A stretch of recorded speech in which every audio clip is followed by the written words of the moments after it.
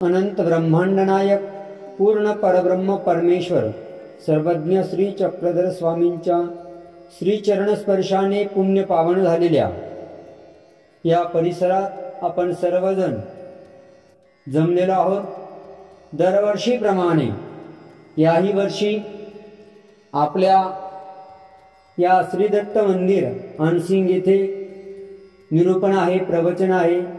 मागच्या वर्षी आणि या वर्षी आणि त्याच्या पाठीमागेही एक दिवसासाठी मी या ठिकाणी येऊन गेलो होतो। आदरणीय पूजनीय श्रद्धेय अखिल भारतीय पंचकृष्ण प्रबोधन परिषदेचे अध्यक्ष ज्ञानवारिधी प्रातस्मरणीय सर्वविध आचार्य श्री गोपालाश्रमाचे संचालक बाबाजी आणि आपण सर्व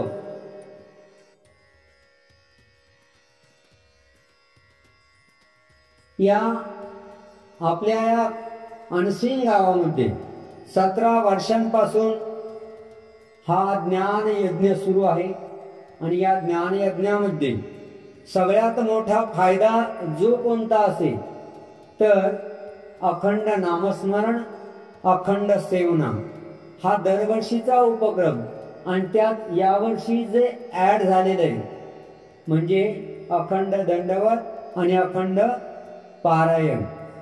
ज्याला ज्याला वाटत असेल की माझ्यात जास्त ताकद आहे त्याने फक्त 1 तास दंड घालायची आणि नंतर उठता येतं का बघायचं।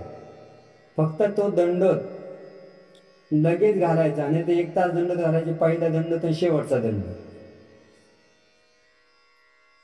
हे विविध उपक्रम, विविध विधी हे जे करून घेतल्या जात आहे हे महत्वाचं आहे। कारण आपण सगळे संसारी आहात आणि संसारात इच्छा असूनही आपल्याला परमेश्वराची विधी आचरण करता येत नाही। आपण मंदिरात गेलो 5 दंडवत, घरचे 5 दंडवत, संपला आपला देवधर्म। तर त्यानिमित्ताने दंडवत होत आहेत, अखंड पारायण होतंय, स्मरण होतंय। हा सर्व छान उपक्रम आहे म्हणून सर्व गावकऱ्यांना धन्यवाद देतो की मला या ठिकाणी बोलवलं आणि या कार्यक्रमाचं आयोजन केलं। या सेवेचा लाभ ज्ञानरूप सेवा, परमेश्वराचं ज्ञान चिंतन, परमेश्वराच्या लीळांचं ज्ञान चिंतन करण्याचा आपला हा प्रयत्न आहे। महत्वाची एक गोष्ट सर्वांनी लक्षात ठेवायची आहे, आपण सतत ज्ञानापासून दूर पळत असतो। बाबा आपण साधे भोळे माणसं आहे, आम्हाला काही कळत नाही। देवाने सांगितलेलं तत्वज्ञान आत्मसात करा असा अर्थ नाहीये, परंतु जे कळालेलं आहे परमेश्वराने ज्ञान निरूपण केले फक्त बाबा लोकांसाठी केलंय का? सत्य बोलावं बाबांनी, तुम्ही रोज चाटा माराव्या,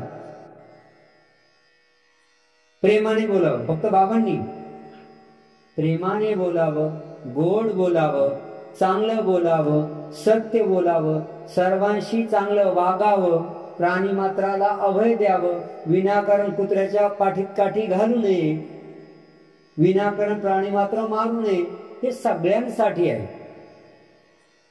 पण जेव्हा पुढची पायरी येते त्या पुढच्या पायरीच्या वेळेचं जे आचरण असतं ते साधू संतांसाठी असतं। पण स्वामींनी जे सूत्रपाठ सांगितलेलं आहे ते सूत्रपाठ सर्वांसाठी आहे, कोणीही त्यातून सुटलेला नाहीये। मग फरक काय होणार? फरक एवढाच होणार, ज्याची जेवढी ताकद तेवढा तो वजन उचलणार, तसं ज्याचा जेवढा अधिकार तेवढा तो आचरण करणार। फरक एवढाच, पण आचरण सर्वांना बंधनकारक आहे, त्याला दुसरा पर्याय नाही, पळवाट नाही। लहान मुलगा जोपर्यंत लहान असतो तेव्हा मारलं, कान वडला चालतं, आणि तो 15 वर्षात झाल्यावर आणि मग मारला, हात उचलला तर कोपऱ्यात घालू घालू लाता बुक्याने आणतो। लहानपणी तोच मारायचा, तोच कान वाढायचा, पण तो अज्ञान होता। तसं जोपर्यंत आपण अज्ञान आहोत तोपर्यंत परमेश्वर सहन करतात। ज्ञानियाचं म्हणजे ज्याला जाणीव झालेली आहे त्याचं परमेश्वर सहन करत नाही। म्हणून सूत्रपाठ वचन हे वैश्विक आहे, त्याच्यात कधीही कुठेही कसाही बदल नाही. मग ते परमेश्वराने 800 वर्षापूर्वी सांगितलेले असतील, नाहीतर 5000 वर्षापूर्वी सांगितलेले असतील. भगवान गोपाल कृष्णांनी भगवद्गीता सांगितली. कशासाठी सांगितली? अर्जुनाने युद्ध करावं म्हणून, म्हणजे संसारात राहावं म्हणून. 18वा अध्याय काय नाव आहे? मोक्ष संन्यास. म्हणजे काय महत्वाचं सांगितलं पुन्हा? एवढं युद्ध केलं गोपालकृष्णांनी, करून घेतलं, पांडवांनी केलं, आणि युद्ध संपलं, विजयी झाले, त्याला सोडा संसार, निघा म्हणे. जेव्हा आपण परमेश्वराचा आश्रय घेतो, पांडवांच्या केसालाही धक्का लागला नाही आणि कौरवांपैकी एक सुद्धा वाचला नाही, कारण यांच्या पाठीमागं भगवान गोपालकृष्ण खंबीरपणे मार्गदर्शन करत होते. आणि ते पण भगवान गोपालकृष्णांनी सांगितलेल्या प्रत्येक वचनाचं पालन करत होते. जोपर्यंत अर्जुन सांगत नाही की मला तुम्ही म्हटलेलं पटलं आहे, तुम्ही सांगाल तसं मी करेन, जोपर्यंत म्हटला नाही तोपर्यंत गीता आहे. आणि जसं गोपालकृष्णांना अर्जुन सांगतो, करिष्ये वचनम तव, तू सांगितल्यानुसार मी आचरण करेल, वागेल, त्यानंतर गोपालकृष्णांचा एकही श्लोक नाही. म्हणून परमेश्वराचं जे ज्ञान आहे, परमेश्वराने निरूपण केलेलं जे शास्त्र आहे, कुठल्याही अवताराने ते सर्व जीवांच्या भल्यासाठी असतं, ते सर्व जीवांच्या कल्याणासाठी असतं. त्यातून कुणालाही सुटका नाही. आपल्या सर्वज्ञ श्री चक्रधर स्वामींनी जे ब्रह्मविद्या शास्त्र निरूपण केलं, ते वेगळं काही केलं का? भगवद्गीतेलाच मराठीमध्ये सांगितलं, वेगळं काही केलेलं नाहीये. फक्त साध्या सोप्या भाषेमध्ये गोपालकृष्णांचं तत्वज्ञान स्वामींनी कलियुगामध्ये सांगितलं. ते आपल्याला आत्मसात करायचं आहे. वचन, त्याला आपण काय म्हणतो? वचन, त्याला सूत्रपाठ असं आपण म्हणत असतो. मग त्या सूत्राचं पालन, सूत्र म्हणजे काय? तर सूत्र म्हणजे सगळ्याचा आवाका, थोडक्यात जे सांगितलेलं आहे ते सूत्र. गागर में सागर. जसं जुन्या काळी, आता आपण बस स्टँडवर जात नाही त्यामुळे तेवढा प्रसंग राहत नाही, पण जुन्या काळी प्रत्येक बस स्टँडच्या बाहेर आपले म्हणणे थोडक्यात सांगा. कशासाठी? आम्हाला बाकीचे पण लोक आहेत. एका रेल्वे स्टेशनवरती एक जण गेला, सगळेजण रांगेत लागले ते इन्क्वायरी करायला, तिकीट काढायला. हा पण रांगेत लागला, गेला, विचारलं पहिली गाडी कोणती आहे? त्या तिथल्या माणसानं सांगितलं की आमची तमकी आहे. दुसरी गाडी कोणती आहे? एक्सप्रेस आहे. तिसरी गाडी कोणती? सुपरफास्ट आहे. ही सुपरफास्ट कुणीकडून कुणीकडे जाणार आहे? सगळ्या दिवसाच्या गाड्या विचारून घेतल्या, सर्व विचारलं, सर्वी चौकशी केली. 2-5 मिनिटं गेले, मागची रांग आहे, अरे कुठं जायचं, याला नेमकं कोणती तिकीट पाहिजे? मग तो जो तिकीटवाला होता, अरे बाबा तुला सगळ्या गाड्यांचं विचारलं दिवसभर, तुला कुठं जायचंय? म्हणे मला रेल्वेच्या पटरीकडे जायचंय, पटरीच्या पलीकडे जायचंय. चालतं का असं? आपलं म्हणणं अनंत ब्रह्मांड नायक पूर्ण परब्रह्म परमेश्वर सर्वज्ञ श्री चक्रधर स्वामींच्या श्री चरणस्पर्शाने पुण्य पावन झालेल्या या परिसरात आपण सर्वजण जमलेलो आहोत. दरवर्षीप्रमाणे याही वर्षी आपल्या या श्री दत्त मंदिर अनसिंग येथे निरूपण आहे, प्रवचन आहे. मागच्या वर्षी आणि या वर्षी आणि त्याच्या पाठीमागेही 1 दिवसासाठी मी या ठिकाणी येऊन गेलो होतो.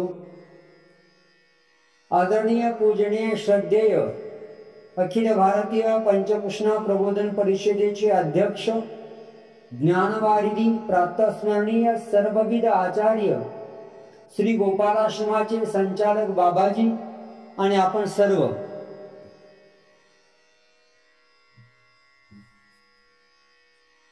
या आपल्या या अनसिंग गावामध्ये 17 वर्षांपासून हा ज्ञान यज्ञ सुरू आहे. आणि या ज्ञान यज्ञामध्ये सगळ्यात मोठा फायदा जो कोणता असेल तर अखंड नामस्मरण, अखंड सेवना हा दरवर्षीचा उपक्रम आणि त्यात यावर्षी जे ऍड झालेलं आहे म्हणजे अखंड दंडवत आणि अखंड पारायण, ज्याला ज्याला वाटत असेल की माझ्यात जास्त ताकद आहे त्याने फक्त 1 तास दंड घालायची आणि नंतर उठता येतं का बघायचं. का गावला एक सद्भक्त होते आणि ते सद्भक्त आपल्या मित्रांना घरी जेवायला बोलवतात. घरी जेवायला बोलवल्यानंतर ते गाव खेडेगाव असतं, त्या खेडेगावामध्ये बाजार आणायचा म्हटलं दुसऱ्या गावाहून आणायला लागतो आणि सकाळची एक गाडी संध्याकाळची परतीची एक गाडी अशी एकच गाडी असते. म्हणून मित्रांना संध्याकाळी जेवायला बोलवलेलं आहे पण उद्या बोलवलेले तर आज आपण सर्व सामान आणू म्हणून पती नवरा निघतो, तो माणूस निघतो आणि गाडी तिकडे थांबलेली आहे रस्त्यावरती, शिट भरणं सुरू आहे आणि हा जेव्हा निघाला आपल्या गल्लीतून त्यावेळेस समोरून त्याची पत्नी येताना दिसली. पत्नी येताना दिसल्यानंतर तिच्या कानाला लागलेलं होतं, कानातून रक्त आलेलं होतं आणि डोक्यावरती पाणी आणायला गेलेल्या पत्नीच्या डोक्यावरती त्याला मडकं दिसत नाही. पत्नी पांधाळ कधीच सरळ बोलणार नाही. काही काही बायका अशाच असतात, काही काही माणसं अशीच असतात. असं करू नको म्हटलं, आजची भाजी चांगली करू नको म्हटलं की भाजी चांगली होणार. आजची भाजी खारट झाली म्हटलं उद्या आळणी होणार. आजची भाजी आळणी झाली म्हटलं उद्या खारट होणार. आजची तिखट म्हटली उद्या फिक्की होणार. म्हणजे सरळ रस्त्याने काही चालायचं नाही. ही माय माऊली अशी होती, कधीच सरळ बोलत नव्हती. तिला साधं म्हाताऱ्याला चहा घ्यायचा का एवढं विचारायचं असेल तर ती म्हणायची शीत उष्ण दुग्ध शर्करायुक्त पर्वोत्पन्न पेय प्यायचं का.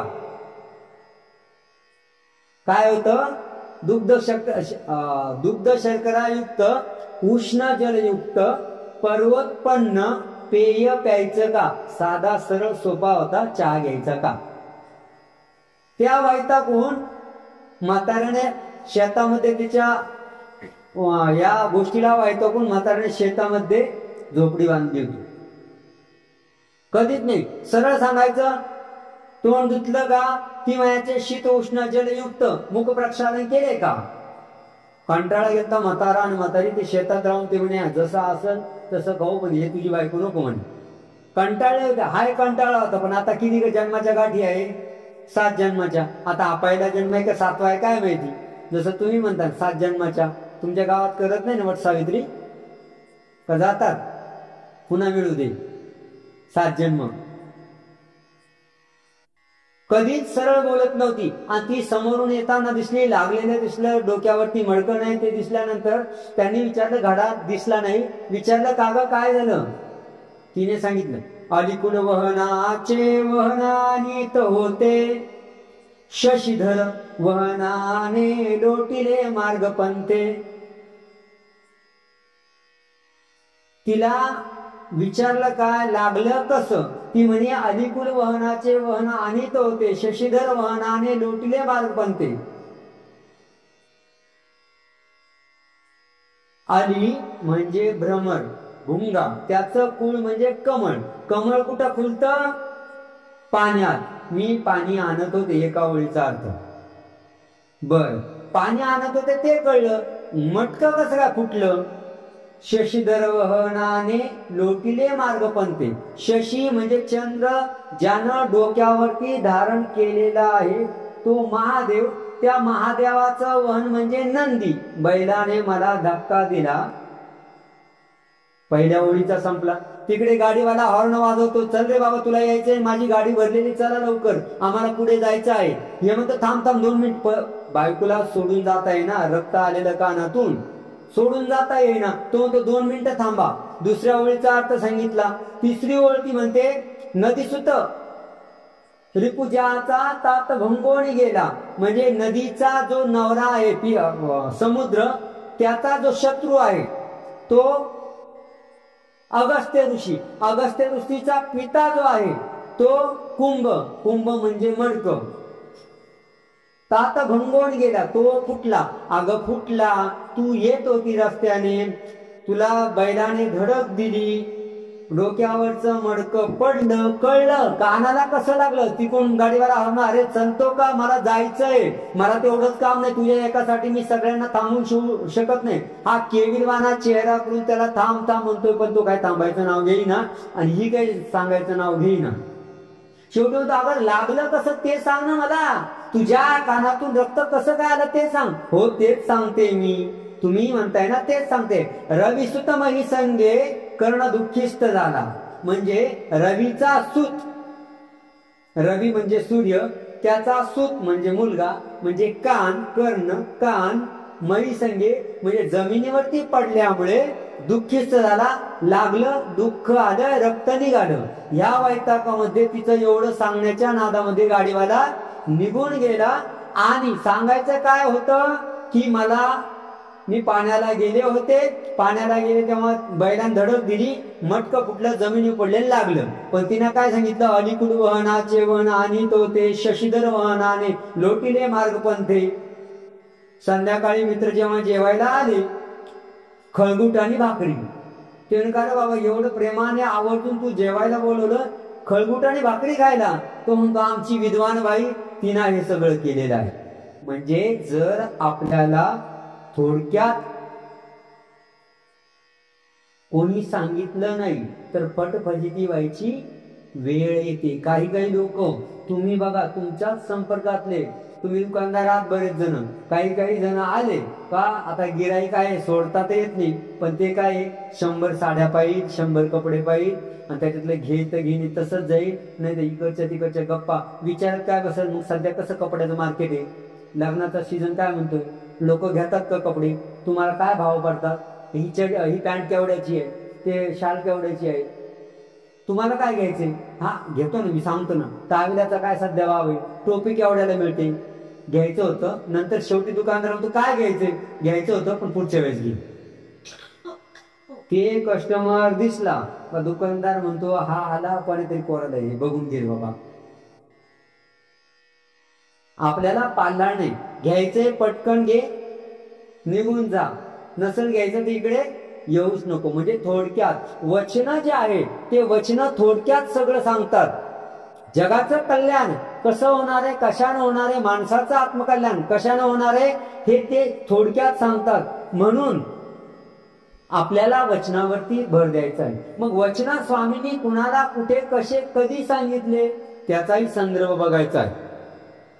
आपण नेहमी जे बोलतो, आपण नेहमी जे पळवाट शोधतो, बाबा भाव आहे आमचा, आम्ही एडी साधी बोळी माणसं, आम्हाला ज्ञानाचं काय, आपणच साधी बोळी असं नाही, साधे पण असावं, भोळे पण असावं, पण देवाला अपेक्षित असणारं साधे भोळे कोण असावं.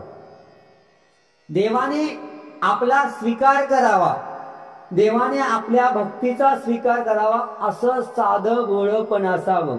फक्त म्हणायला साधं भोळं पण आणि वागायला सोन्याचं टोपरं व्हायची गोष्ट सगळ्यांनाच माहिती असेल. एका बाईला मुलगा होत नव्हतं, मूल होत नव्हतं, म्हणून तिने देवाला नमस्कार केला की मी सोन्याचं टोपरं वाईल, मला जर बाळ झालं तर मी सोन्याचं टोपरं वाईल. देवाला वाटलं चला एवढे वर्ष झालं आपण या वर्षानुवर्ष या गावात राहतोय, आता कोणीतरी बाया आपल्याला सोन्याचं टोपरं देणार आहे, आता काहीतरी कबूल केले, काम झालं पाहिजे. म्हणून देव म्हणतात ठीक आहे. तिला मूल होतं, सोन्याचं टोपरं पण लक्षात राहतं, पण परिस्थितीने कबूल तर करून दिलं, आश्वासन तर दिलं, पूर्ण तर करू शकत नाही. मग काय करायचं, मग करायचं काय, आणि मग तिनं आपल्या पोराचं नाव ठेवलं सोन्या, आणि त्याचं काही दिवस टोपरं वापरलं आणि देवाला अर्पण केलं, दिलं सोन्याचं टोपरं. देवापाशी हुशारी चालत नाही. आमच्या श्री गोविंद प्रभूंच्या सहवासामध्ये सुद्धा एका बाईने असंच केलं की देवा मुलगा झाला तर त्याची मुंज करताना मी तुम्हाला असं जेवण घालेन, विसरून गेली, लग्न झालं तरी सांगितलं नाही. श्री प्रभा तिच्या घरी गेली, ती बोलली होती काय झालं, आणि मग ती करते. आपलं साधे भोळेपण जे आपण म्हणतो ना ते वागण्यात असावं, बोलण्यात नाही. स्वामींच्या सन्निधानामध्ये लीळाचरित्र, मला माहिती नाही तुमच्या किती जणांकडे लीळाचरित्र, पण लीळाचरित्र, सूत्रपाठ, गीता हे प्रत्येकाच्या घरी असावे. तुमच्याकडे पारायणाचे असतील, कारण संकटनाशक स्तोत्र, संकट वज्र पंजरू, संकटहरण स्तोत्र, दत्तात्रय कवच, संकट दूर झाले पाहिजे, बाकी काही हो न हो. जसं संकट दूर होणं म्हणजे पारायण केल्यावरच होतात असं नाही, पारायणानेही होतात, पण सोबत ज्ञान श्रवण, ज्ञान वाचन, स्मरण याने सुद्धा होत असतात. म्हणून लीळाचरित्र, सूत्रपाठ, गीता असे 5-7 ग्रंथ प्रत्येकाच्या घरी असावे आणि रोज 2-4 लीळांचं त्या आपलं वाचन व्हायला हवं. जास्त लीळा नाही, 2-4 लीळा तरी वाचन व्हायलाच हवं.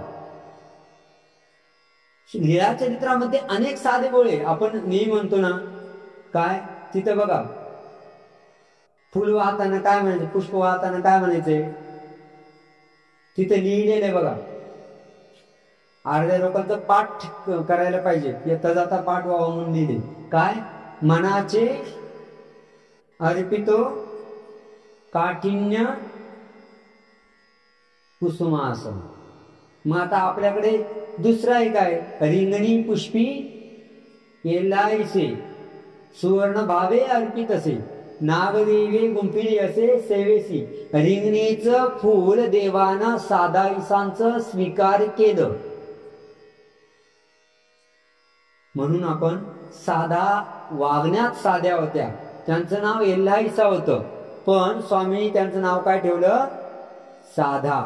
वागण्यात साधे भोळेपण असावं. आमच्या सर्वज्ञ श्री चक्रधर स्वामींचे जे महत्वाचे भक्त होते, त्यांचे आवडते जे भक्त होते, ते आवडते भक्त आणि त्या आवडत्या भक्तांपैकी मी एका भक्त माऊलीचा विषय या ठिकाणी घेतलेला आहे. सुदाम भाऊंना म्हटलं सगळ्यांना विचारा की नेमका काय विषय ठेवायचा. ते म्हणजे सांगतो. म्हणलं नेमका विषय ठेवा, नाहीतर काय व्हायचं, डॉक्टरकडे गेले, काय दुखतंय, दुखतंय, अरे पण डोकं दुखतंय का पोट दुखतंय ते सांगावं लागेल, नाही तर दुखतंय डोकं आणि गोळी दिली पोटाची, डोकं दुखणं थांबेल का. म्हणून मला विषय ते म्हणजे तुमच्या मनानेच सांगा. मग आता म्हटलं साधं बोळ तत्वज्ञान घेतलं तर अगोदर तर दिवसभर थकलेले, काम करून सकाळी उठलेले, अर्धे इथं झोपायचे. म्हणून म्हटलं घ्यायचं तर साधा सोपा सरळ कथारूप म्हणून लीळा, औसांच्या संबंधी जीवनचरित्र, ज्यांचं वागणं अत्यंत साधं भोळं होतं, ज्यांचं वागणं देवाला आवडणारं होतं, त्या औसांची लीळा आपण या ठिकाणी 6-7 दिवस बघणार आहोत. मगा जसं म्हटलं की आपल्या 7 दिवसांपैकी पहिला दिवस ते नाही का, एक डाव खेळताना पहिला बॉल कसा आहे, ट्रायल बॉल म्हणतात ना, किंवा एक डाव काहीतरी म्हणतात ना, देवाला एक डाव देवाचा. तसा एक दिवस कोणाचा, पावसाचा. पाऊस मागच्या वर्षी खूप पडला होता आणि या वर्षी थोडासा हाजिंग डाऊन गेला. यज्ञात भोवती पर्जन्य, आता यज्ञात भोवती पर्जन्य ठीक आहे, थोडा आला तर, पण वाहून जाईपर्यंत कसला यज्ञ, कसले काय. मागच्या वर्षी तसंच कुठेतरी झालं होतं. म्हणून आपण विषय काय घेतलेला आहे, भक्त औसांचं जीवनचरित्र. देवाला ओळखण्यासाठी, देवाची ओळख होण्यासाठी देवाचीच कृपा आपल्यावरती असणं गरजेचं असतं. पण देवाची कृपा कधी होणार, जेव्हा आपण त्या देवाची भक्ती करू तेव्हा. आजकाल सगळं जग पैशाच्या मागं पळते. पैसा सर्व काही झालेलं आहे. पैसा तुम्हाला सुखाचं साधन देऊ शकतो, पण पैसा म्हणजे सुख नाहीये. आज करोडो रुपये असून काय दुःखी आहे, कोण कोण दुःखी हे आम्हाला विचार. तुम्हाला सतत, आपल्याला सतत वाटत असतं, प्रत्येकाला असं वाटतं की 3 जण कायमचे सुखी आहेत. 3 प्रकारचे माणसं कायमचे सुखी असतात. पहिले जे मरून गेले ते, दुसरे जे जन्माला यायचे ते, आणि तिसरे आजूबाजूचे सगळे. दुःखी तेवढा एकटाच आहे असं प्रत्येकालाच वाटतं. मला फोन येतात, दुपारीच एक फोन आला, दंडोत बाबा मला हे वर्ष कसं आहे.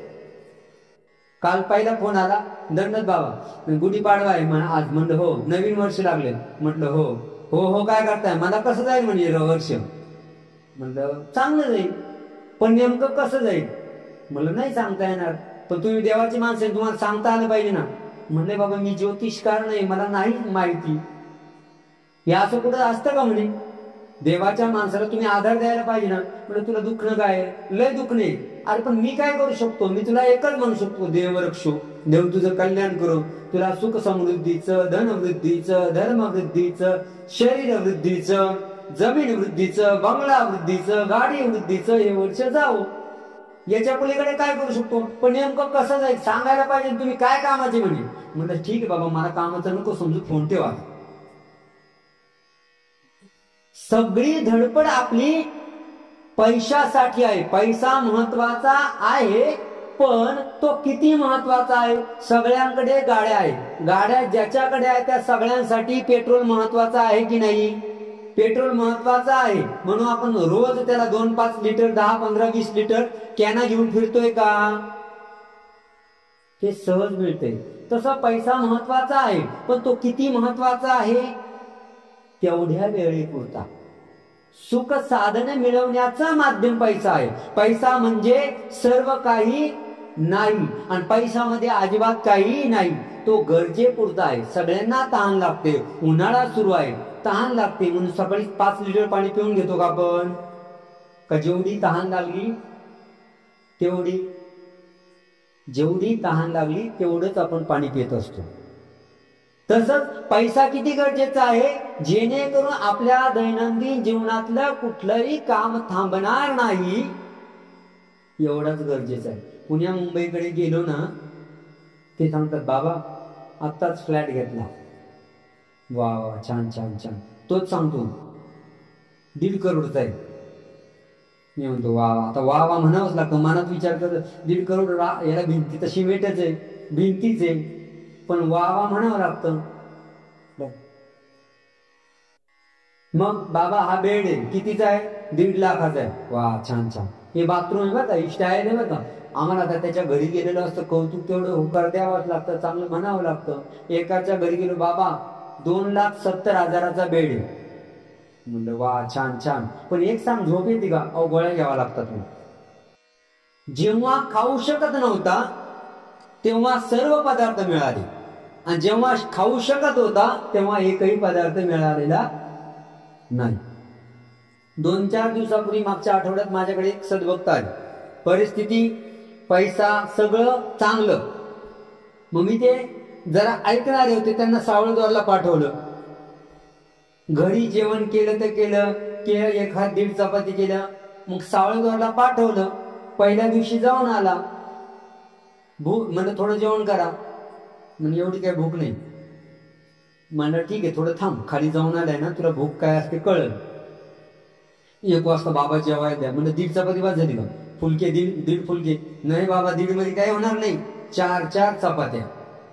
सावळद्वारला जायचा 4-5, आणि घरी किती खायचा, 1-1.5, जास्तीत जास्त एखाद दिवशी 2. ते पण खायल्याची गॅरंटी नाही, का भूकच लागत नाही. सावळद्वारला 5-6-7 दिवस गेल्यानंतर सुरुवातीला त्यांना म्हटलं बाबांनो जरा मोकळ्या चपात्या. आता आम्हाला माहिती खालून आल्यानंतर किती लागते, पण हे कसलं ऐकणार आहे. नाही एवढ्या चपात्या कशाला.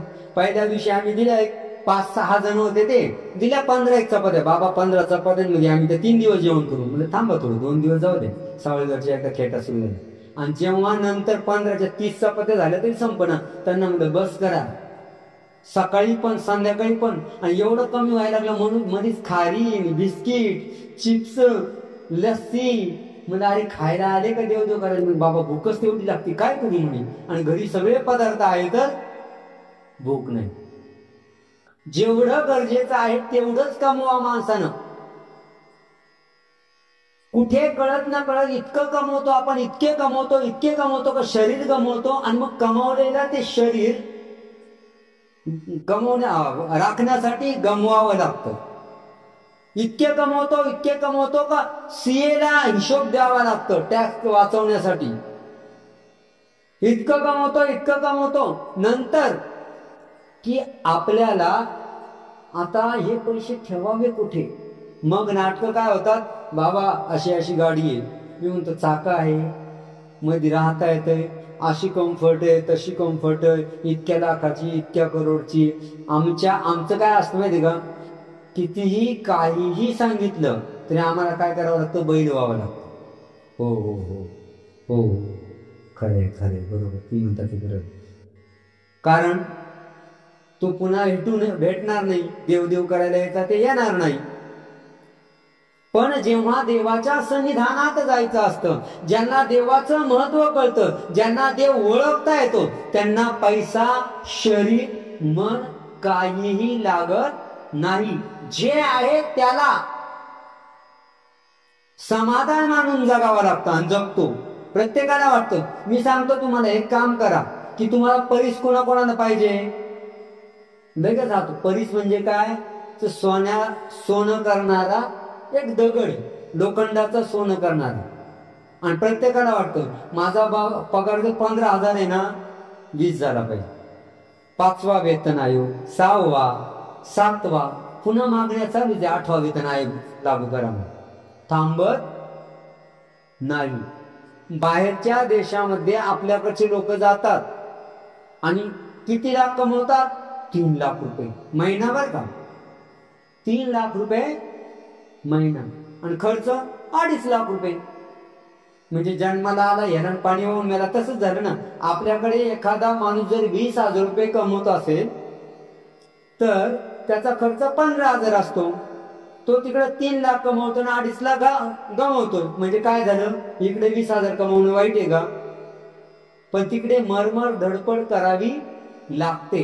पण हे सगळं धडपड करत असताना प्रत्येकाला वाटतं मला पाहिजे, मला पाहिजे, मला पाहिजे, मीच दुःखी, माझ्याकडे संकट, माझ्यावरतीच अडचणी, सगळ्यांसाठी देव कृपाळू कृपाळू, पण माझ्यासाठीच काय नाही, माझ्यावरच कठोर झाला. मी विडे ठेवतोय, मी खेटा करतो, मी पारायण करतो, स्मरण करतो, सेवना करतो, मीच का दुःखी, प्रत्येकालाच वाटतं. मना सज्जना ते म्हणतात ना, जगी सुखी कोण आहे, कोणीच सुखी नाहीये. पण आपल्याला शेजारच्या ताटातली गुंडी मोठीच वाटते, जास्तच दिसते, आपली काही दिसत नाही.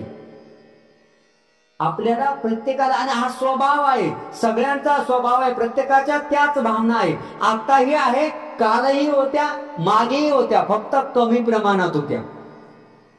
स्वामींच्या सहवासामध्ये येणारी भक्त औसा ही नाथपंथीय जोगीन होती. लहानपणीच विधवा झाली आणि नाथपंथाची जोगीन झाली. खानदेशातलं थाळनेर हे त्यांचं गाव. जोगीन झाल्यानंतर गावोन गाव फिरायचं, जो जे देईल ते खायचं. तारुण्यामध्ये अनेक जणांनी त्रास देण्याचा प्रयत्न केला. स्वतःला वाचवत वाचवत पैसा अडका नाही, नुसतं फिरत राहायचं. आणि मग तिला पैशाची गरज वाटायला लागली आणि तिने तिकडे विंध्यासनी जी देवी आहे तिचं धरणं मांडलं. धरणाला बसली, काय, मला परीस मिळावा. आणि परीस काय काम करत असतो, सोनं बनवतो. परीस मिळावा म्हणून धरणाला बसल्यानंतर 2 दिवस झाले, 4 दिवस झाले, महिना झाला, कित्येक दिवस झाले, परीस काय मिळेना. तिने सांगितलं जोपर्यंत परीस मिळणार नाही तोपर्यंत मी इथून हलणार नाही. खूप खस्ता खाल्ल्यात, मस्त परीस मिळाला, सोनं पाहिजे तेवढं असेल, पाहिजे तेवढं सोनं असलं, आजूबाजूला सेवक, नोकर, चाकर, बॉडीगार्ड सगळे राहतील, मस्त मला निवांत राजेशाही थाटात राहता येईल, कसलाही त्रास राहणार नाही, लोक माझ्याकडे वाकड्या नजरेनं सुद्धा बघणार नाही. म्हणून मला परीस मिळाला पाहिजे. परीस मिळाला का सगळं आलं, धनसंपत्ती आली. यासाठी परीस मिळेपर्यंत उठणार नाही असं ठरवलेलं आहे. खूप दुःख भोगलेले, खूप लोकांचा त्रास सहन केलेला आहे, अवहेलना सहन केलेले, लोकांनी हाकलून दिलेले, आरबट सरबट बोललेले, वाईट बोललेले आहे, ते सगळं थांबवायचं आहे. पैसा आला का सगळं बंद होतो. कारण दाम करी काम मी बी करे सलाम, गरीबाचा दंडवत घेईना कुणी, गरीब करे दंडवत बोले ना कुणी. मोठ्याचा दुखतो डोळा सारं गाव झालं गोळा, मोठ्याचा दुखतो डोळा सारे गाव झालं गोळा. एकाएकी कसं झालं अश्रुवांती डोळा, गरीब मेला मड्या माग जायना कुणी, गरीबाचा दंडवत घेईना कुणी, गरीब करे दंडवत बोले ना कुणी. ह्या भावनेमधून तिने ठरवलेले काहीही झालं तरी परीस मिळाला पाहिजे. सगळं सगळं मिळतं.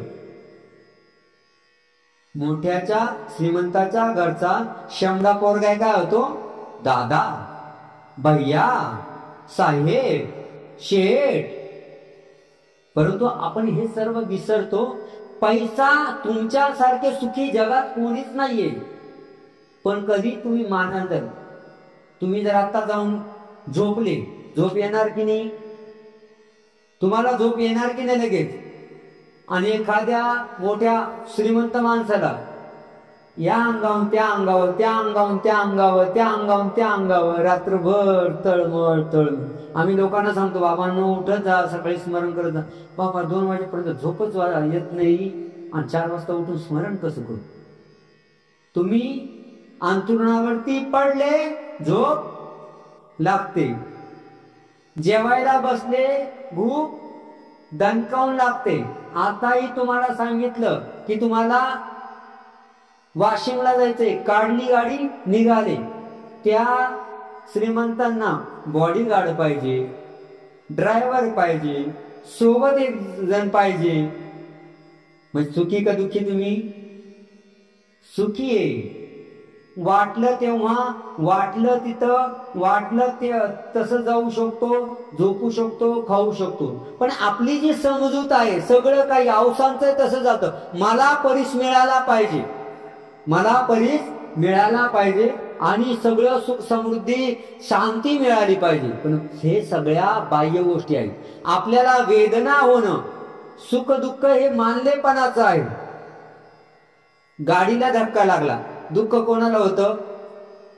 आपल्याला होतं. वेदना, डोकं दुखणं ह्या वेदना आहे, डोकं दुखणं ह्या वेदना आहे. पण गाडीला धक्का लागल्या आपल्याला वाईट, का रे बघून चालता येत नाही का? गाडी घासली ना, स्क्रॅच पडला ना, हे आत्मत्व आहे. हे दुःख मानलेपणाचं दुःख आहे. आणि सगळी आपली धडपड ही मानलेपणाच्या दुःखातली आहे, बाकी काहीच नाही. इकडे विंध्यासनी देवीच्या मंदिरामध्ये ती धरून बसलेली आहे. कोण? भक्त औसा. आणि शेवटी देवीच्या लक्षात आलं की ही काय तशी उठणार नाही, आणि ही तशी उठणार नाही. म्हणून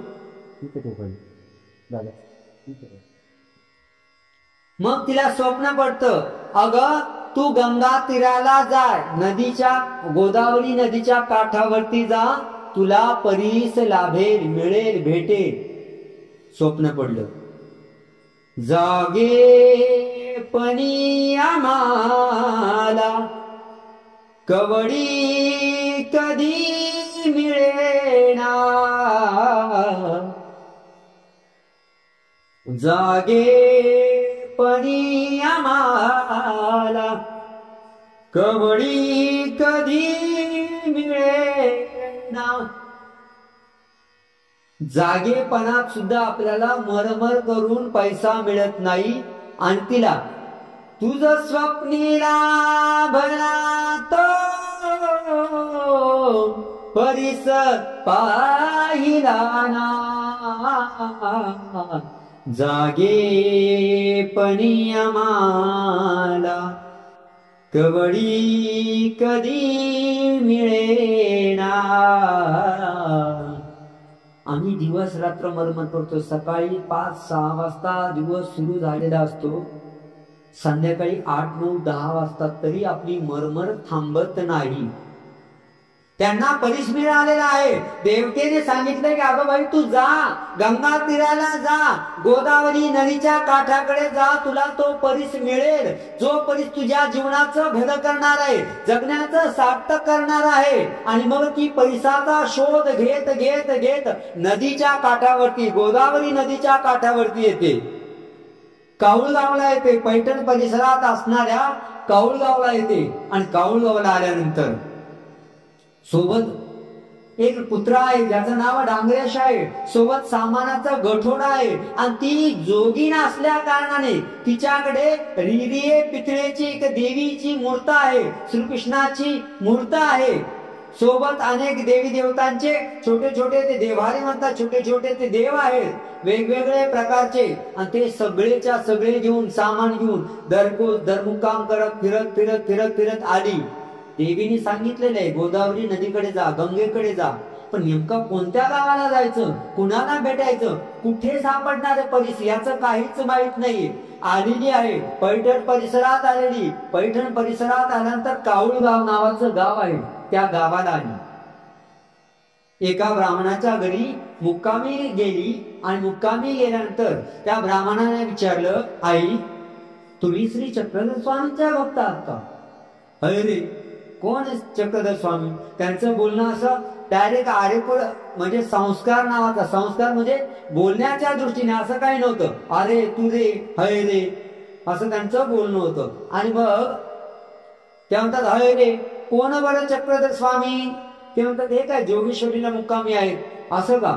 ते कोण आहेत? आणि मग हे सांगतात, अहो खूप छान आहे, सुंदर आहे दिसायला, ते खूप सुंदर आहे दिसायला, त्यांच्या दर्शनाला माणूस गेला का वेधला जातो, ते अनेक जणांना जीवदान देतात, अनेकांचे दुःख हरण करतात, अनेकांना धनसंपत्ती देतात, अनेकांचे रोग बरे करतात, मेलेले सुद्धा जिवंत करतात. आणि त्यांचं सौंदर्य अहो एकदा जर बघत राहिलं ना, बघतच राहावंच वाटतं.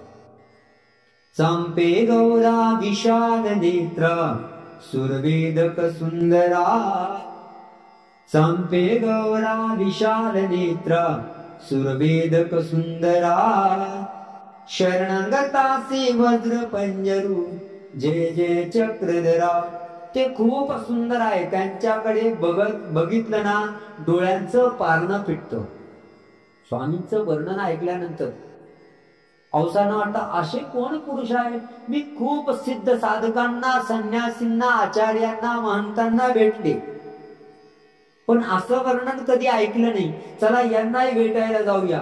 आणि मग ती जोगेश्वरीला औसा येतात, जिथे मुक्काम असतो त्या मंदिरात येतात, आणि आवारामध्ये दरवाजात घुसत असताना उमाईसा असतात. त्या उमाईसांना विचार, काय ग अरे रे पुरुषासी कैसा अवसरू असेल, म्हणजे जे श्री चक्रधर स्वामी आहे ते सध्या काय करताय? ती उमाईसा म्हणतात, काय सरबट बोलण्याचं काही भानच नाही आहे बाईला, जोगीन कशी आहे सरबट आहे, बोलताना भान नाही हिला. या सांगतात उमाईसा ते जेवण करताय, भोजन करताय. स्वामींचं भोजन होतं, आणि भोजन व्हायच्या पर्यंत मग काय करायचा, तिथले जे पुजारी होते त्यांच्याशी गप्पा मारत बसली. डायरेक्ट ओळख नाही परिचय झाले. उमाईसा म्हणते डायरेक्ट ओळख नाही परिचय, डायरेक्ट बोलायला सुरुवात माणसाशी. थोडा वेळ बोलणं होतं. स्वामी प्रदक्षिणा शतपावली करतात. स्वामी शतपावली भोजन झाल्यानंतर करत असताना दोन्ही देवळाच्या मधून स्वामी फिरताना दिसतात तिला. ती बघते आणि स्वामी तिथून तिला बघतात आणि म्हणतात, अव्वा देवी काही पाहत असा, तुम्ही काय बघताय बरं? आणि देवाला बघितल्याबरोबर तिचा सीनभाग सगळे त्रास कष्ट निघून जाते.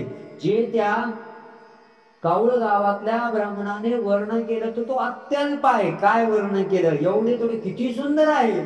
आणि मग आऊ सांगते, पृथ्वी पर्यटन जया पुरुषालाही केलं, ज्यांच्या दर्शनासाठी ज्यांची भेट व्हावी म्हणून संपूर्ण पृथ्वी पालती घातली पायाखाली, वनवन रानवान फिरले, त्या पुरुषाला बघ, ते तुम्हाला बघते. आणि स्वामी म्हणतात, इकून अलीकडून या. स्वामींजवळ येते, स्वामींच्या श्रीचरणावरती माथा टेकवते आणि स्वामींच्या श्रीचरणावरती माथा टेकवत तिला स्थिती होते. अकृत्रिम असा सित्यानंद होतो स्वामींना दर्शन घेतल्यानंतर. आणि मग स्वामींच्या सन्निधानामध्ये काही वेळेपर्यंत तिथं बसून राहते. ते सुख संपतं, तो आनंद संपतो. आणि मग स्वामी म्हणतात, आता अव्वा देवी वेळ होतोय, जा तुमच्या मुक्कामाच्या ठिकाणी. ते म्हणजे देवा आता कुठेच नाही, मला त्या विद्यासनी देवीने सांगितलं होतं की तुला परीस लाभ मिळेल. आता तो परीस मला या ठिकाणी मिळालेला आहे. आता मी कुठेही जाणार नाही. आता तुमचे श्रीचरण हाच माझा तारा आहे. मी कुठेही जाणार नाही. पण इथे असं राहावं लागेल. चालेल, मी तसे राहील. मला कुठेही जायचं नाही. आता मला कुठेही पाठवू नका. माझं संपूर्ण आयुष्य मी आज तुम्हाला अर्पण करते. तुम्हाला अनुसरण घेते. तुमच्या सन्निधानामध्ये राहते. तुमचं सेवादास्य करते. मी खूप फिरले, खूप साधू संतांच्या सहवासात गेले, पण त्यांनी मला त्रास दिला, रागवले, खवळले. पण तुमच्या सहवासात आल्यावर मला जो गारवा मिळालेला आहे, जे आपले पण मिळालेलं आहे, तुमच्या दर्शनाने जे डोळे तृप्त झालेले आहे, तसं कुठे झाले? आपण दिवसभर खूप ठिकाणी फिरतो, अगदी एखाद्या एसी रूम मध्ये जाऊन येतो, परंतु मंदिरात आल्यावरचा गारवा, मंदिरात आल्यावरचं समाधान, मंदिरात आल्यावरची शांती कुठे मिळते का? कुठेच मिळते. ती शांती कधी मिळते? जेव्हा आपलं अंग बधीर पडेल नसेल तेव्हा. सुगंध कधी मिळतो? येतो बगीच्यात गेल्यावर. पण बगीच्यात गेल्यावरती जर सर्दी असेल तुम्हाला, तर तसं मंदिरात आल्यावरती जर आपल्याला बरं वाटत नसेल, तर याचा अर्थ आपल्याला सर्दी झालेली आहे, आपल्या संवेदना नष्ट झालेल्या आहे. संवेदना असणं खूप गरजेचं असतं. आम्ही संवत्सरला अभ्यासाला होतो आणि एक जणांनी सांगितलं, मला विंचू चावला की काहीच होत नाही. तो विंचू धरा, त्यांच्या कपाळाला काहीच होत नव्हतं. कपाळाला धरायचा, विंचू धरायचा, डंक केला तरी काही होत नव्हतं. आणि बाकीच्या बधी एक दिवस नेमकी इंगळी होती, त्यांना वाटलं विंचूच आहे, धरला, डंक केला, रात्रभर तळमळत होती. संवेदना जर जाग्या असत, तेव्हा एखाद्या पक्षवायू झालेल्या, अर्धांग वायू झालेल्या माणसाला, जिथं अर्धांग वायू झालेला आहे तिथं विंचू चावला तर वेदना होतील का? संवेदनाच नाही. ज्याला संवेदना त्याला वेदना. तसं आपल्याला स्नान केल्यानंतर, प्रसाद वंदन केल्यानंतर, बाबांना भेटल्यानंतर जर बरं वाटत नसेल, तर स्नानामध्ये, प्रसादामध्ये, बाबांमध्ये प्रॉब्लेम नाही. प्रॉब्लेम कुठे आहे? आपल्यामध्ये आहे. मंदिरात आल्यावरती तिकडचे सगळे त्रास, कष्ट जाऊन शांती वाटलीच पाहिजे, आणि तिथे वाटतच असते. आता उन्हातून आले तुम्ही उन्हातून आलेले, खूप कडाक्याच्या उन्हामध्ये मधून आले, तुम्हाला चांगल्या एखाद्या थंडगार असं माठातलं पाणी दिलं, जर तुम्हाला तहान लागलेली आहे, जर तुमची जीभ जाग्यावरती आहे, तर तुम्हाला ते पाणी थंडगार, घशाला बरं वाटणारच आहे ना. पण तसं नसेल तर नाही. म्हणून मंदिरात आल्यानंतर बरं वाटलंच पाहिजे, कारण देव समर्थ आहे. क्या देवाचं सामर्थ्य, देवाचं सन्निधान, देवाचं चतुर्विध साधन हे जीवांना दुःखापासून दूर करण्यासाठी समर्थ असतं. तुझी एक समर्थका तयाचे साधन, तयाची साधनाचे चारी पक्ष स्थान प्रसाद भिक्षुकांनी वासिनी. आपण विडा उचल ठेवतो, आपण विडा ठेवल्यानंतर दुःख निवृत्तीसाठी विडा ठेवतो, आणि दुःख निवृत्ती होत नाही, आणि मग आपण काय म्हणतो, अहो मी खेटा केल्या पण माझं कामच झालं नाही. आंबाळीच्या खेटा केल्या, जाळीच्या देवाच्या खेटा केल्या, मंगरुळच्या खेटा केल्या, आणि माझं काम झालं. कदाचित तुम्ही 5 खेटा केल्या असतील देवाला, तिथं 11, ते काम करण्यासाठी 11 खेटा पाहिजे असतील. जर तुम्हाला दुकानातून 10 रुपयाची वस्तू घ्यायची आहे, तर तुम्ही 5 रुपये देऊन चालेल का? तिथे 10 रुपये द्यावा. तसंच आपल्याला देवाला नवस कबूल केल्यानंतर, खेटा कबूल केल्यानंतर जर आपलं काम होत नसेल, तर याचा अर्थ आपले प्रयत्न कमी पडतायत. कितीही काहीही वाढलं, कितीही झालं, स्मरण नाही थांबलं पाहिजे. पैसा कमवताना शरीर गमवलं, नंतर मगा सांगितलं तसं शरीर कमवण्यासाठी पैसा गमवावा. म्हणून धडपड करायची, मर्यादित करायची. भाग्य से अधिक समय से पहले कुणालाच मिळालेलं नाहीये. आणि जो देणारा आहे परब्रह्म परमेश्वर, त्याच्यापासून आपण नेमकं जोडलं. कर्म कर, फलकी इच्छा मत कर. कर्म 100% करायचे. देरे हरी पलंगावरी जर पाहिजे असेल तर आमच्यासारखं बाबा व्हावं लागतं. आयतं ताट गादी तसे खाणार नाही म्हणून दक्षिणा. ताट भरलेलं जातं. फक्त भाजी चपाती कोणत्या घरी भेटते का आम्हाला?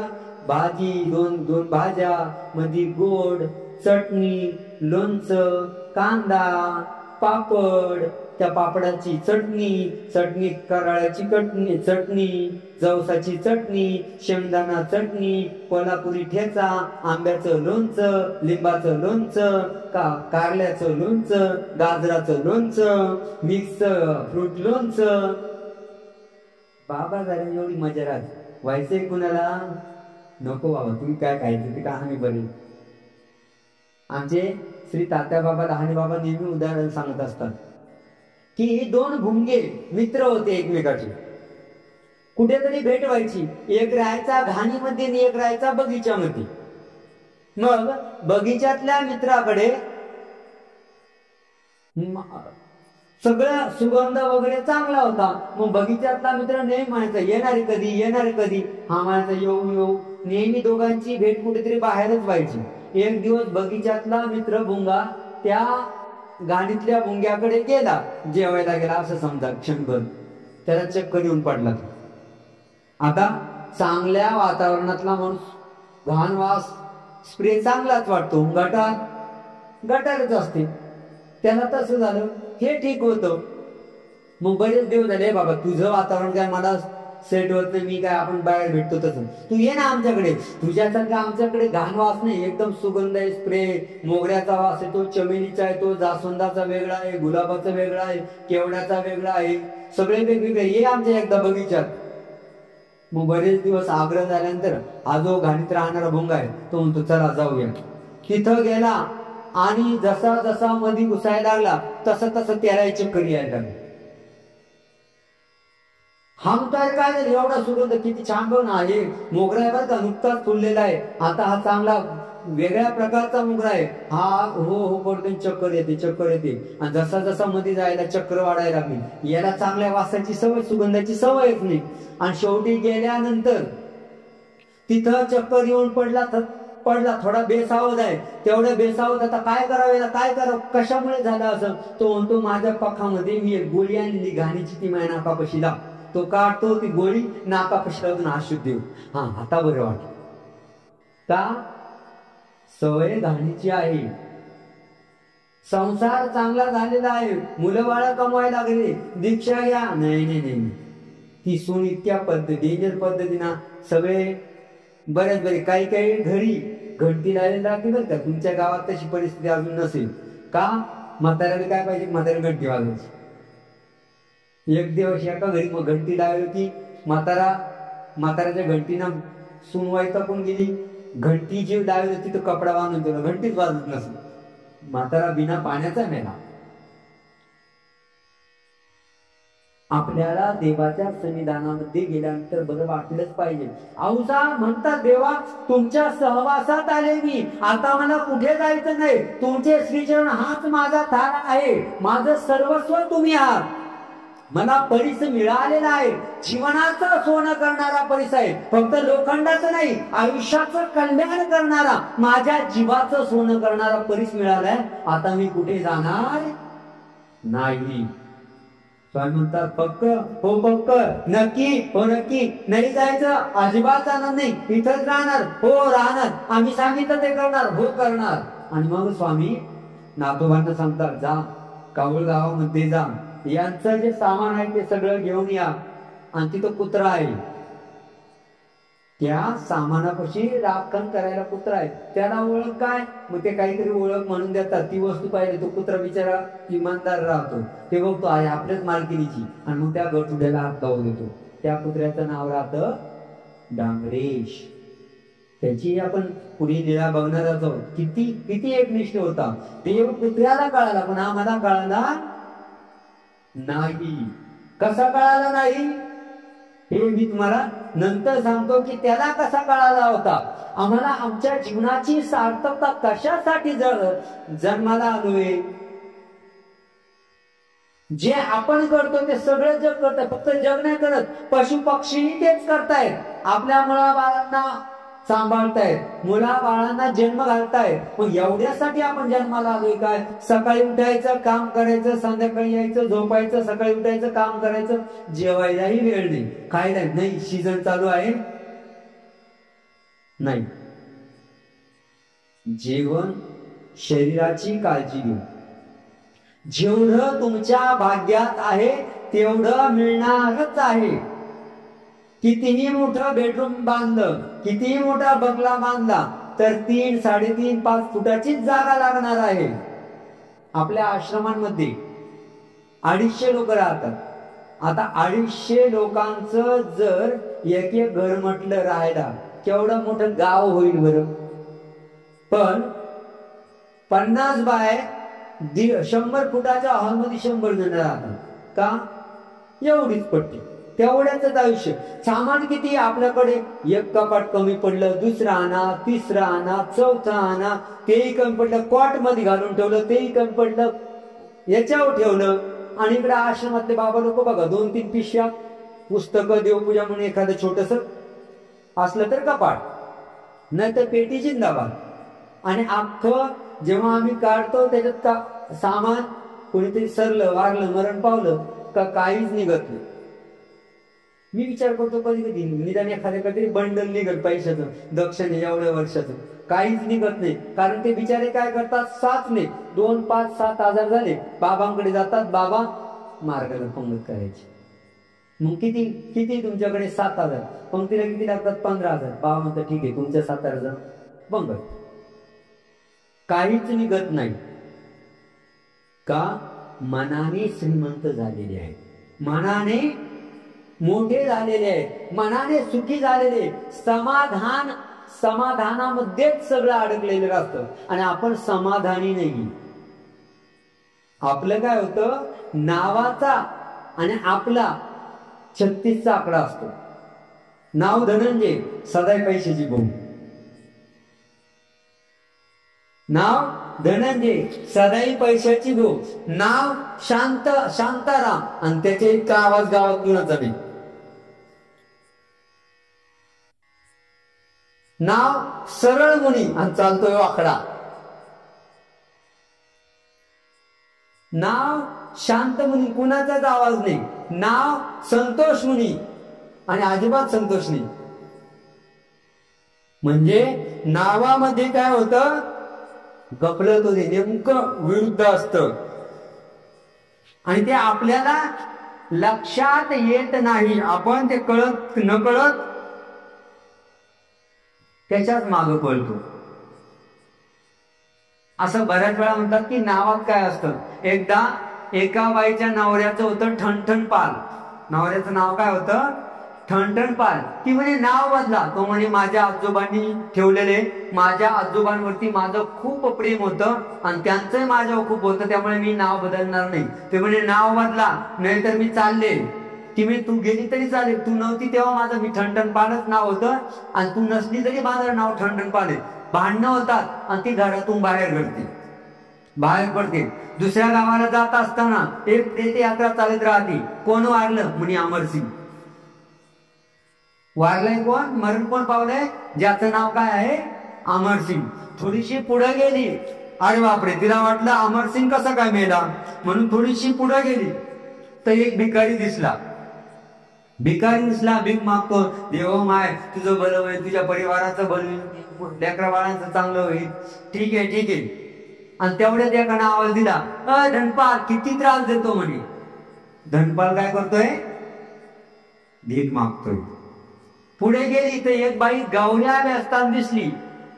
गवऱ्या वेचताना ती जेव्हा दिसली तेव्हा तिकून दुसऱ्या बाईने आवाज दिला, लक्ष्मी भास्कर एवढं वजन कुठं नेते म्हणे. आणि तिच्या लक्षात येतो काय, अमरसिंग तो मर गए, अमरसिंग तो मर गए, भीक मागे धनपाल. अमरसिंग तो मर गए, भीक मागे धनपाल. लक्ष्मी तो गवऱ्या वेचे बरा आहे आपला ठणठण पाल. आपल्याला समाधान लक्षात घ्यायचंय. समाधान मनातून असतं. कुठूनही कुठेही कितीही रुपयाला समाधान शांती सुख विकत मिळत नाही. गाडी घेतल्यावर आपल्याला सुख होतं. एखादी तुमची स्वप्नातली कार असेल मोटरसायकल असेल सुख होतं. पण ते किती दिवस 2-5. सुरुवातीला जी गाडी नवीन घेतली सावलीतच लावली गेली पाहिजे. 2 दिवस झाले का पुसून ठेवली पाहिजे. नंतर 2, 4, 6 महिने वर्ष 2 वर्षाला कुठं लागलेली आहे आणि किती दिवसापासून धुतलेली नाही. देवाच्या सन्निधानामध्ये ज्याला गोडी वाटते देवाला जो सर्वस्व मानतो तो जगात सुखी असतो. म्हणून मी नेहमी म्हणत असतो आम्हाला कशाचं टेन्शन नाही. आमची निघालो ना जवळ्याला जाताना किंवा ते पुढचं कोणतं गाव आहे त्या गावाला जाताना दिसलो जेवायची वेळेस कोणते बाबा चला जेव आहे का टेन्शन. बिना पैशाचं रुपयानं घेता निघालो तरी उपाशी राहत नाही. पायी चालत कोणी चला तुम्हाला सोड. एक दिवस मी तो प्रयोग केला. निघालो आता ओळखीच्या भागात गेलं सोय होते. म्हणजे इकडे जर दिसलं तर बाबा लोक ओळखतात. तिकडे जरा पश्चिम महाराष्ट्रात गेलो जिकडे आपल्या पंथाचा जास्त प्रचार नाही आहे पण कमी लोक गेलो. म्हणलं आता 3 दिवस बिना पैशाचं फिरून यायचं. बिना पैशाचं फिरून यायचं. बिना पैशाचं जेवून यायचं. उपदेशी नाही काही नाही कुठे नाही.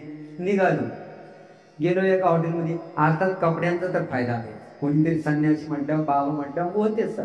पण ते सगळं करून आलो आणि जेव्हा ओळख परिचय नसताना बिना पैशाचं जेव्हा जाऊन आलो त्यावेळेस प्रत्येकाला सहज शक्य आहे. फक्त त्रास थोडा बहुत होणारच आहे. जाऊन आलो 3 दिवसात एकदाही उपाशी राहिलो. सरळ सांगितलं आपल्याकडे पैसे नाही भाऊ जेव्हा द्यायचं असेल तर देऊ. लोक क्यू करतात देतात. फक्त ते क्यू करताना जीव घेऊ नये. कधी कधी एखाद्याला क्यू करायला म्हणून जेवायला देतो तो म्हणतो अजून दे थोडंसं अजून दे ना. अरे थोडंसं जेवायचं असतं. कधी कधी हॉटेलमध्ये हॉटेलवाले देतात 1 वडा 1-2 वडे देतात. एखादा भेटतो भेटले का मग तो म्हणतो निघाला. आपल्याला सवय काय आहे हात दिला का काय बोट दिलं का म्हणलं पकडायचं. इकडे या साधा साधांना आपल्या औसांना जेव्हा स्वामी सांगतात की जा त्या जात नाही आणि मग त्या कुत्र्यापाशी बटोबा नातोबांना पाठवतात आणि ते सामान घेऊन येतात. आणि मग सामान घेऊन आले. आता तुम्ही आमच्या सन्निधानात राहिले काय काय दाखवा. सगळे अन्य देवतेची जे काही जुन्या काळातले देव असतील ते असतात. मग ते स्वामी सांगतात यांचं विसर्जन करा. मग रिरिये पितळेची एक देवीची मूर्ती असती आणि एक तितुलिया मोवाचा कृष्ण असतो म्हणजे वाकडा जो आपण म्हणतो कृष्ण तशी मूर्ती. ते देवाला म्हणते देवा बाकीचे सगळे टाकले टाका हे 2 राहू द्या. देव म्हणतात नाही हे पण टाकून द्यायचं. मग ते म्हणते देवा सगळं टाकलं तर चालेल पण ही जी कृष्णाची मूर्ती आहे ना ती टाकू नका. देव म्हणतात का बरं. मी चुकले ना रस्ता. मला एखाद्या गावाला जायचं आहे तिथे त्या गावाला रस्ता चुकले ना तर रस्त्यामध्ये ही मूर्ती ठेवते आणि मी कोणत्या गावाला जायचं ही मूर्ती सांगते त्या बाजूला तोंड फिरवते. एवढी राग. देव म्हणतात बाई आऊ तुम्हाला आतापर्यंत ही मूर्ती रस्ता सांगत होती. आता साचो कारे कृष्णा तुम्हासी वाट दाखवील. आम्ही प्रत्यक्ष कृष्ण आहोत ना आम्ही तुम्हाला यानंतर काय करू रस्ता दाखवू वाट दाखवू. आता याची तुम्हाला गरज नाही. आणि त्याचंही स्वामी विसर्जन करायला लावतात. त्यांच्याकडे 2-5 दाम निघतात त्याचा सगळ्यांना उपहार करतात जेवण करतात आणि मग स्वामींच्या सन्निधानामध्ये औसा राहू लागतात. देवाचं सन्निधान म्हणजे माणसाला प्रिय जनावरांना सुद्धा प्रिय. स्वामींच्या सन्निधानामध्ये औसांसोबत आलेला तो डांगरी सुद्धा सुखाने राहू. देवाच्या सन्निधानाची देवाच्या सन्निधानाच्या आनंदाची त्यालाही सवय झाली. देवाने जेवण भोजन केल्याशिवाय तो करत नव्हता. त्याच्यासाठी देवाने भोजन केलेल्या ताटातला प्रसाद महत्वाचा होता त्या डांगरेशासाठी. देव कळला होता त्यांना आणि देव कळल्यामुळे ते देवाच्या सन्निधानामध्ये राहून भक्त या संज्ञेला काय झाले, पात्र झाले. मरमर करत असताना आम्ही धडपड, अख्खं जीवन आपण धडपड करत असतो. सतत आपण भविष्याची चिंता करत वर्तमानाचा सत्यानाश करत असतो. सतत उद्याच्या चिंतेमध्ये आज घालवत असतो. आणि म्हणून आपल्याला भूतकाळामध्ये रमता येत नाही, वर्तमान काळामध्ये जगता येत नाही, भविष्याची चिंता सुटत नाही. पैशा मागे पडत असताना इकडे अवसांना काय आहे, आपण थांबत नाही. आणि अवसांना काय झालेलं आहे, साक्षात जीवाचं, जीवनाचं, आयुष्याचं कल्याण करणारं परीस मिळालेला. म्हणून कवींनी जे म्हटलेलं आहे, जागेपणी आम्हाला कवडी कधी मिळेना, जागेपणी आम्हाला कवडी कधी मिळेना, तुझं स्वप्नीला भला परीस लाभला ना, जागेपणी आम्हाला कवडी कधी मिळेना, अजाणतेपणाने श्वानास ताडिले तू, अजाणतेपणाने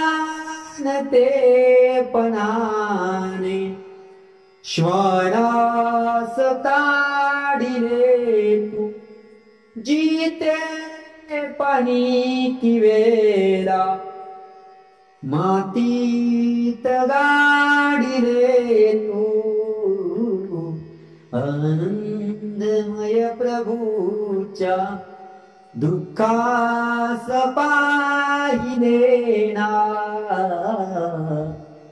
जागेपणी आम्हाला कवडी कधी मिळेना, जागेपणी आम्हाला कवडी कधी मिळेना. देवाचं वाव, देवाला सर्वस्व माना, सगळं काही मिळतं. आम्हाला मरमर करावी लागते का? आमचे कुठलेही आश्रम बघा कसे आहेत, स्लॅबचे आहेत, गाड्यांमध्ये फिरतोय का? देवाला सर्वस्व मान. जीवनाची चिंता अजिबात नाही, राहण्याची चिंता अजिबात नाही. देवाला सर्वस्व मानलेलं आहे. देवाला आपलं मानून अख्खं जीवन त्याला अर्पण केलेलं असल्यामुळे आमच्या जेवण्याची, आमच्या राहण्याची, आमची सर्व चिंता कोण करणार? परमेश्वर करणार. म्हणून संसार करत असताना 24 तासातले 2-3 तास तरी द्या. जेव्हा आपण देवाला शांततेने, निवांतपणे वेळ देऊ, तेव्हा देव आपल्याकडे लक्ष देणार आहे. नाहीतर मग मर मर मर मर मर, आणि कधीही ती मरमर संपत नाही. सासूची संपलेली नाहीये, आजू सासूची संपणार नाही, संपलेली नाहीये, तुमची संपणार नाही, तुमच्या येणाऱ्या सुनेची संपणार नाही, कुणाचीच कधीच संपलेली नाही. म्हणून ती जी धडपड करायची आहे, कर्म करायचं आहे, पण त्या कर्माला मर्यादा द्यायची आहे. मरमर करायची नाही. कर्म जेवढं आपल्या नशिबात आहे, आयुष्यात आहे, त्याच्यापेक्षा जास्त कोणीही देऊ शकणार नाही. जर आपल्याकडून काही देवधर्म करून घ्यायचा असेल, ईश्वराला मोठं कार्य करून घ्यायचं असेल, तर तो देईल. जेव्हा देईल तेव्हा मिळेल. तोपर्यंत कितीही धडपड केली तरीही जमत नाही. नाहीतर मग त्या दिवशी मागच्या वर्षी मी बघितलं, कोण होते काय माहिती, विशेष वंदन करायला लागले, तेवढ्यात फोनला आला, फोन घेतला, असा लावला, हा हा येतो मी, तिकडे येतो, 700 रुपये जमा येते, घेऊन देतो, देतो देतो देतो. देव म्हणत असेल कशाला उचलून मला त्रास देतो रे बाबा, बरं मी माझ्या मस्त निवांत गादीवर राहिले, त्या कपाळाला कशाला घाम पण आलेले त्या. म्हणून देवधर्म दैनंदिन जीवनातून अवश्य वेळ काढून करा, तेव्हा आपल्याला परमेश्वर रूपी परिस आपल्यालाही मिळालेला आहे. आपल्याही जीवनाचं सुन्न करायचं आहे की गंजून गंजून गंजून गंजून जाग्यावर नष्ट व्हायचं आहे, हे आपल्या हातात आहे. औसांसारखं भाग्य आपल्यालाही मिळणार आहे. आणि त्या औसा कशा होत्या, आपण एक एक वेळेला एक एक दिवस त्या पुढच्या चरित्रांमध्ये देवाच्या सन्निधानात त्या का गेल्या, देवानं त्यांना संविधान का दिलं, याचं नेमकं काय कारण होतं, त्यांच्याकडे असं काय होतं जे आपल्याकडे नाही. त्यांच्याकडे असं काय होतं का त्यांना देवाने संविधान दिलं आणि आपल्याला दिलं नाही. त्यांच्याकडे असं काय होतं का देवाने त्यांना आनंद दिला आणि आपल्याला संसारात दुःख भोगायला ठेवलं. ते सर्व आपण पुढील लीलांमध्ये बघणार आहोत. आज या ठिकाणी थांबूया. सर्वज्ञ श्री चक्रधर स्वामी की